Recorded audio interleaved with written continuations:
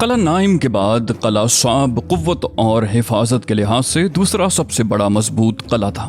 مسلمانوں نے حضرت حباب بن منذر انصاری کی کمان میں اس قلعے پر حملہ کیا اور 3 روز تک اسے گھیرے میں لیے رکھا۔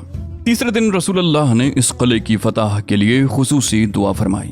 ابن اسحاق کا بیان ہے کہ قبیلہ اسلم کی شاخ بنو سہم کے لوگ رسول اللہ کی خدمت میں حاضر ہوئے اور عرض کیا، ہم لوگ چور ہو چکے ہیں اور ہمارے پاس کچھ نہیں ہے۔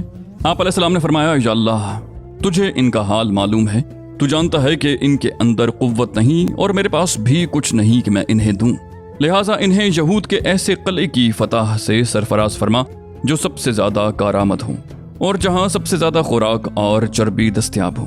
اور جب دعا فرمانے کے بعد نبی صلی اللہ علیہ وسلم نے مسلمانوں کو اس قلعے پر حملے کی دعوت دی تو حملہ کرنے میں بنو اسلم ہی پیش تھے۔ اس حملے میں بھی قلعے کے سامنے مبارزت اور مار کاٹ ہوئی۔ اللہ عز و جل نے سورج ڈوبنے سے پہلے قلعہ صعب بن معاذ کی فتح عطا فرمائی۔ خیبر میں کوئی ایسا قلعہ نہ تھا جہاں اس قلعے سے زیادہ خوراک اور چربی موجود ہوں۔ مسلمانوں نے اس قلعے میں بعض منجنیقیں اور دبابے بھی پائے۔ ابن اسحاق کی اس روایت میں جس شدید بھوک کا تذکرہ کیا گیا ہے، اسی کا یہ نتیجہ تھا کہ لوگوں نے فتح حاصل ہوتے ہی گدھے ذبح کر دیے اور چولہوں پر ہانڈیاں چڑھا دیں۔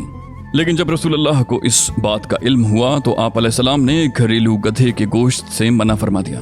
قلعہ نائم اور قلعہ صعب کی فتح کے بعد یہود نطات کے سارے قلعوں سے نکل کر قلعہ زبیر میں جمع ہو گئے۔ یہ ایک محفوظ قلعہ تھا اور پہاڑ کی چوٹی پر واقع تھا۔ راستہ اتنا پرپیچ اور مشکل تھا کہ یہاں نہ سواروں کی رسائی ہو سکتی تھی نہ پیادوں کی، اس لیے رسول اللہ نے اس کے گرد محاصرہ قائم کیا اور 3 روز تک محاصرہ کیے رہے۔ اس کے بعد ایک یہودی نے آ کر کہا، اے ابو القاسم، اگر آپ 1 مہینے تک محاصرہ جاری رکھیں تو بھی انہیں کوئی پرواہ نہ ہوگی، البتہ ان کے پینے کا پانی اور چشمے زمین کے نیچے ہیں، یہ رات میں نکلتے ہیں، پانی پی لیتے ہیں اور لے لیتے ہیں، پھر قلعے میں واپس چلے جاتے ہیں اور آپ سے محفوظ رہتے ہیں۔ اگر آپ ان کا پانی بند کر دیں تو یہ گھٹنے ٹیک دیں گے۔ اس اطلاع پر آپ علیہ السلام نے ان کا پانی بند کر دیا۔ اس کے بعد یہود نے باہر آ کر زبردست جنگ کی، جس میں کئی مسلمان مارے گئے اور تقریباً 10 یہودی بھی، لیکن قلعہ فتح ہو گیا۔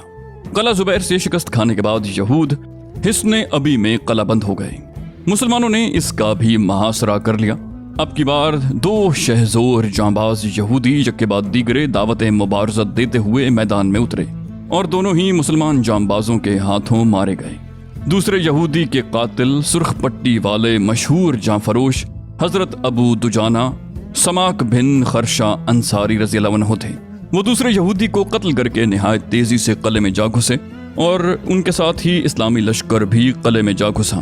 قلعے کے اندر کچھ دیر تک تو زوردار جنگ ہوئی، لیکن اس کے بعد یہودیوں نے قلعے سے کھسکنا شروع کر دیا اور بالآخر سب کے سب بھاگ کر قلعہ نزار میں پہنچ گئے، جو خیبر کے نصف اول یعنی پہلے منطقے کا آخری قلعہ تھا۔ یہ قلعہ علاقے کا سب سے مضبوط قلعہ تھا اور یہود کو تقریباً یقین تھا کہ مسلمان اپنی انتہائی کوشش صرف کر دینے کے باوجود اس قلعے میں داخل نہیں ہو سکتے، اس لیے اس قلعے میں انہوں نے عورتوں اور بچوں سمیت قیام کیا، جبکہ سابقہ 4 قلعوں میں عورتوں اور بچوں کو نہیں رکھا گیا تھا۔ مسلمانوں نے اس قلعے کا سختی سے محاصرہ کیا اور یہود پر سخت دباؤ ڈالا، لیکن قلعہ چونکہ ایک بلند اور محفوظ پہاڑی پر واقع تھا، اس لیے اس میں داخل ہونے کی کوئی صورت بن نہیں پڑ رہی تھی۔ ادھر یہود قلعے سے باہر نکل کر مسلمانوں سے ٹکرانے کی جرت نہیں کر رہے تھے، البتہ تیر برسا کر اور پتھر پھینک کر سخت مقابلہ کر رہے تھے۔ جب اس قلعہ نزار کی فتح مسلمانوں کے لیے زیادہ دشوار محسوس ہونے لگی تو رسول اللہ نے منجنیق کے آلات نصب کرنے کا حکم فرمایا۔ ایسا معلوم ہوتا ہے کہ مسلمانوں نے چند گولے پھینکے بھی، جس سے قلعے کی دیواروں میں شگاف پڑ گیا اور مسلمان اندر گھس گئے۔ اس کے بعد قلعے کے اندر سخت جنگ ہوئی اور یہود نے فاش اور بدترین شکست کھائی۔ وہ بقیہ قلعوں کی طرح اس قلعے سے چپ کے کھسک کر نہ نکل سکے، بلکہ اس طرح بے محابہ بھاگے کہ اپنی عورتوں اور بچوں کو بھی ساتھ نہ لے جا سکے اور انہیں مسلمانوں کے رحم و کرم پر چھوڑ دیا۔ اس مضبوط قلعے کی فتح کے بعد خیبر کا نصف اول یعنی نطات اور شق کا علاقہ فتح ہو گیا۔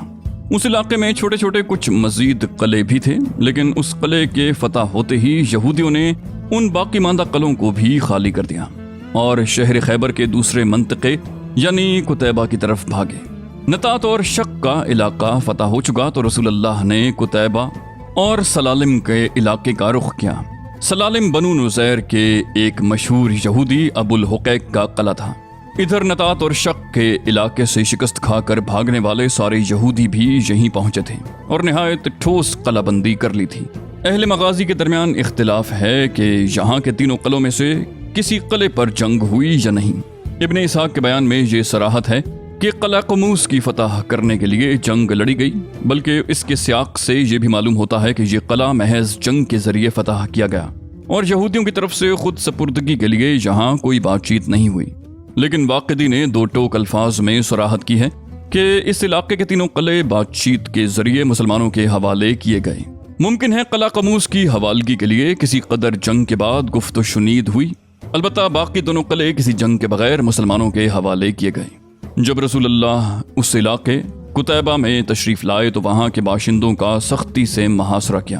یہ محاصرہ 14 روز جاری رہا۔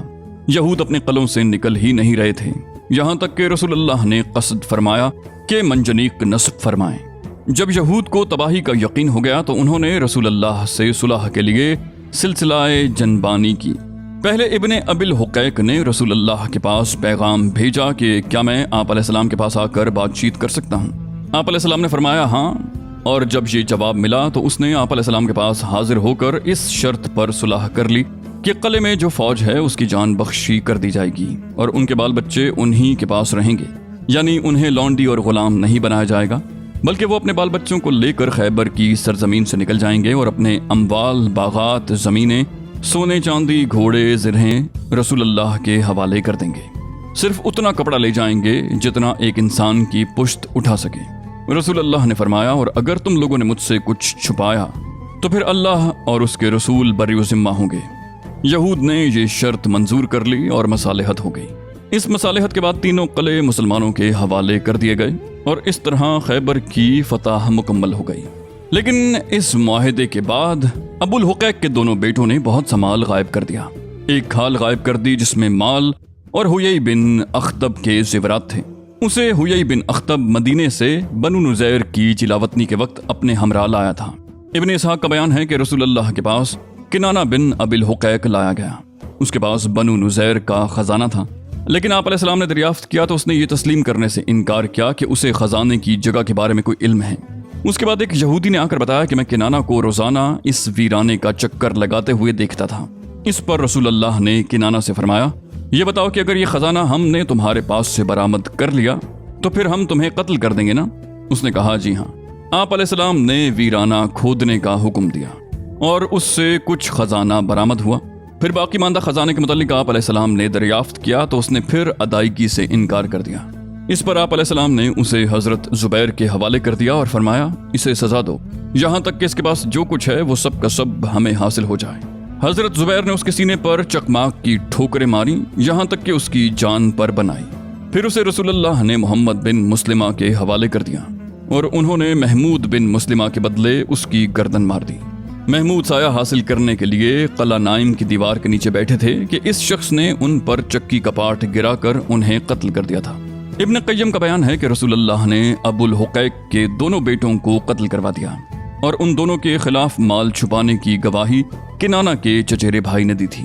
اس کے بعد آپ علیہ السلام نے حیی بن اخطب کی صاحبزادی حضرت صفیہ کو قیدیوں میں شامل کر لیا۔ وہ کنانہ بن ابی الحقیق کی بیوی تھی اور ابھی دلہن تھی۔ ان کی حال ہی میں رخصتی ہوئی تھی۔ رسول اللہ نے یہود کو خیبر سے جلاوطن کرنے کا ارادہ فرمایا تھا اور معاہدے میں یہی طے بھی ہوا تھا، مگر یہود نے کہا اے محمد ہمیں اسی سرزمین میں رہنے دیجیے، ہم اس کی دیکھ ریکھ کریں گے کیونکہ ہمیں آپ لوگوں سے زیادہ اس کی معلومات ہیں۔ ادھر رسول اللہ صلی اللہ علیہ وسلم اور صحابہ کرام کے پاس اتنے غلام نہ تھے جو اس زمین کی دیکھ ریکھ اور جوتنے بونے کا کام کر سکتے، اور نہ خود صحابہ کرام کو اتنی فرصت تھی کہ یہ کام سر انجام دے سکتے۔ اس لیے آپ علیہ السلام نے خیبر کی زمین اس شرط پر یہود کے حوالے کر دی کہ ساری کھیتی اور تمام پھلوں کی پیداوار کا آدھا یہود کو دیا جائے گا، اور جب تک رسول اللہ کی مرضی ہوگی اس پر برقرار رکھیں گے، اور جب چاہیں گے جلاوطن کر دیں گے۔ اس کے بعد حضرت عبداللہ بن رواحہ خیبر کی پیداوار کا تخمینہ لگایا کرتے تھے۔ خیبر کی تقسیم اس طرح کی گئی کہ اسے 36 حصوں میں بانٹ دیا گیا، ہر حصہ 100 حصوں کا جامع تھا۔ اس طرح کل 3600 حصے ہوئے۔ اس میں سے نصف یعنی 1800 حصے رسول اللہ اور مسلمانوں کے تھے۔ عام مسلمانوں کی طرح رسول اللہ کا بھی صرف ایک ہی حصہ تھا۔ باقی یعنی 1800 حصوں پر مشتمل دوسرا نصف رسول اللہ صلی اللہ علیہ وسلم نے مسلمانوں کی اجتماعی ضروریات اور حوادث کے لیے الگ کر لیا۔ 1800 حصوں پر خیبر کی تقسیم اس لیے کی گئی کہ یہ اللہ تعالیٰ کی طرف سے اہل حدیبیہ کے لیے ایک عطیہ تھا، جو موجود تھے ان کے لیے بھی اور جو موجود نہ تھے ان کے لیے بھی۔ اور اہل حدیبیہ کی تعداد 1400 تھی، جو خیبر آتے ہوئے اپنے ساتھ 200 گھوڑے لائے تھے۔ چونکہ سوار کے علاوہ خود گھوڑے کو بھی حصہ ملتا ہے اور گھوڑے کا حصہ ڈبل یعنی 2 فوجیوں کے برابر ہوتا ہے، اس لیے خیبر کو 1800 حصوں پر تقسیم کیا گیا تو 200 شہ سواروں کو 3 حصے کے حساب سے 600 حصے ملے اور 1200 پیدل فوج کو ایک حصے کے حساب سے 1200 حصے ملے۔ خیبر کے اموال غنیمت کی کثرت کا اندازہ صحیح بخاری میں مروی ابن عمر رضی اللہ عنہ کی اس روایت سے ہوتا ہے کہ انہوں نے فرمایا، ہم لوگ آسودہ نہ ہوئے یہاں تک کہ ہم نے خیبر فتح کیا۔ اسی طرح حضرت عائشہ رضی اللہ عنہا کی اس روایت سے معلوم ہوتا ہے، انہوں نے فرمایا جب خیبر فتح ہوا تو ہم نے کہا اب ہمیں پیٹ بھر کر کھجور ملے گی۔ نیز جب رسول اللہ مدینے واپس تشریف لائے تو مہاجرین نے انصار کو کھجوروں کے وہ درخت واپس کر دیے جو انصار نے امداد کے طور پر انہیں دے رکھے تھے، کیونکہ اب ان کے لیے خیبر میں مال اور کھجور کے درخت ہو چکے تھے۔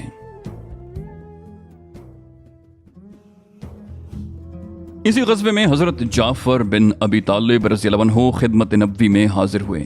ان کے ساتھ اشری مسلمان یعنی حضرت ابو موسیٰ اشری اور ان کے رفقا بھی تھے۔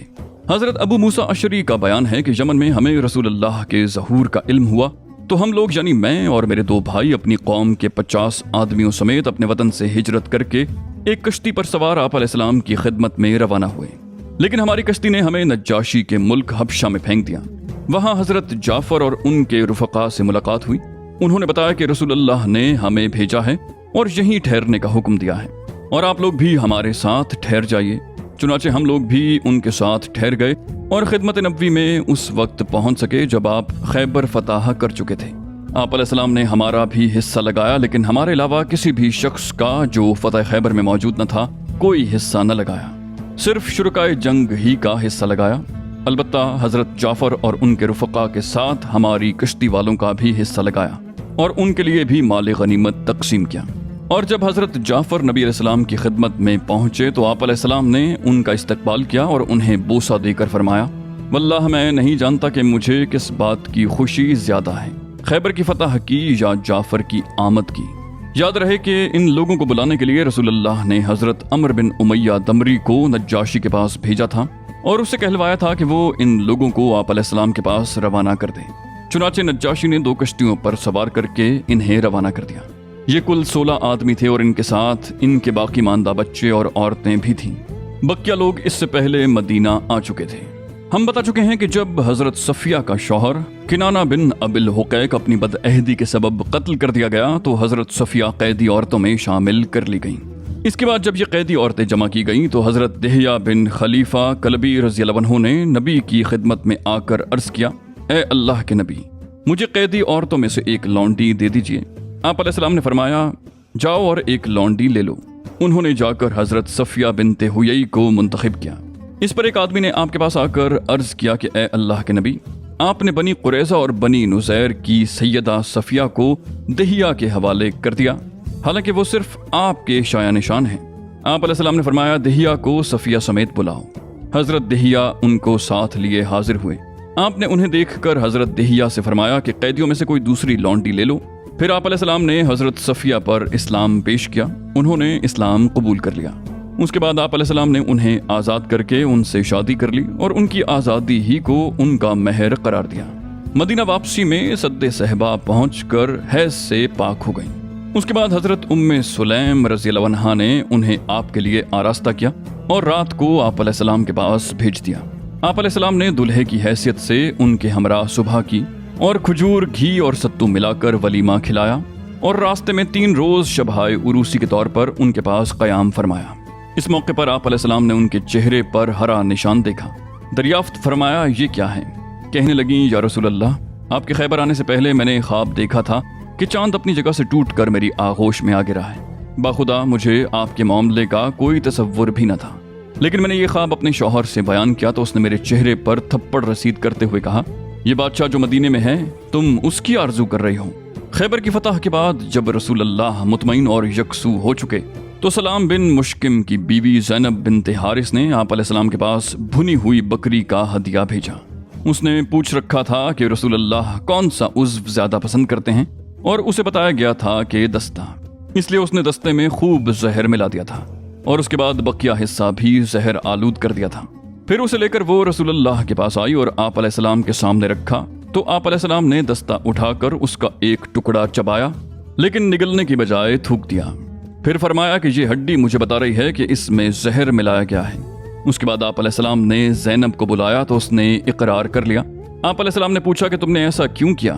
اس نے کہا، میں نے سوچا کہ اگر یہ بادشاہ ہے تو ہمیں اس سے راحت مل جائے گی، اور اگر نبی ہے تو اسے خبر دے دی جائے گی۔ اس پر آپ علیہ السلام نے اسے معاف کر دیا۔ اس موقع پر آپ علیہ السلام کے ساتھ حضرت بشر بن برا بن معرور بھی تھے۔ انہوں نے ایک لقمہ نگل لیا تھا جس کی وجہ سے ان کی موت واقع ہو گئی۔